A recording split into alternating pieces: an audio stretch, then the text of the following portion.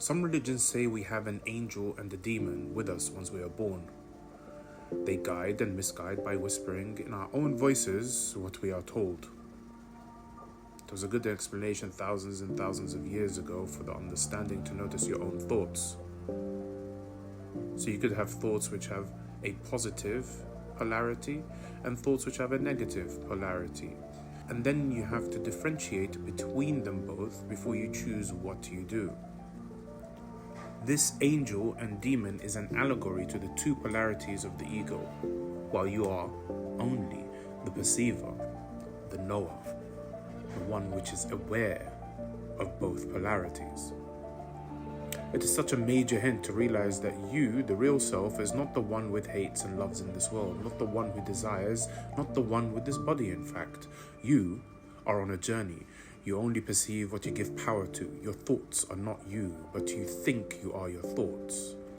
The voices in your head that you think is yours is in fact the voices from each polar end of yourself, and the many varying degrees of the voices in each pendulum swing, which you build in power to each end of the scales, depending on what you give your attention and energy to throughout your life. The task of the seeker is to read into these allegories and notice them as that, allegories, not to take them into their literal understanding. There isn't a literal angel sitting there on one shoulder whispering into your ear and the demon on the other shoulder whispering into the other ear, and they're both fighting in between each other.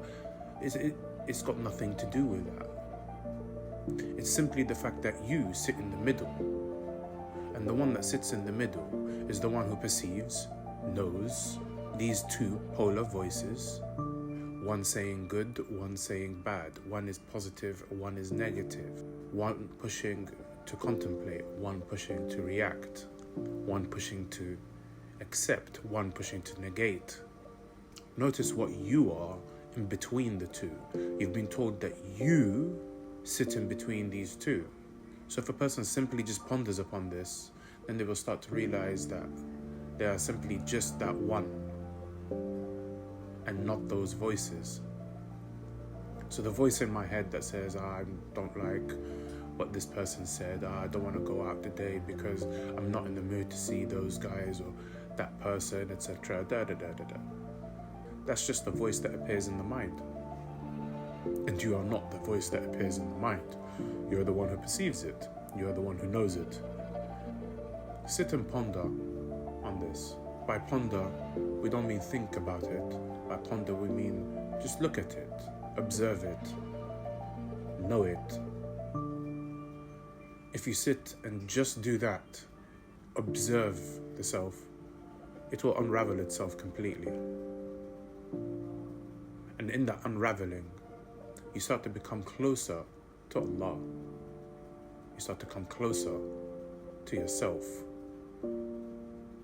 As the Prophet ﷺ said, he who knows himself knows Allah.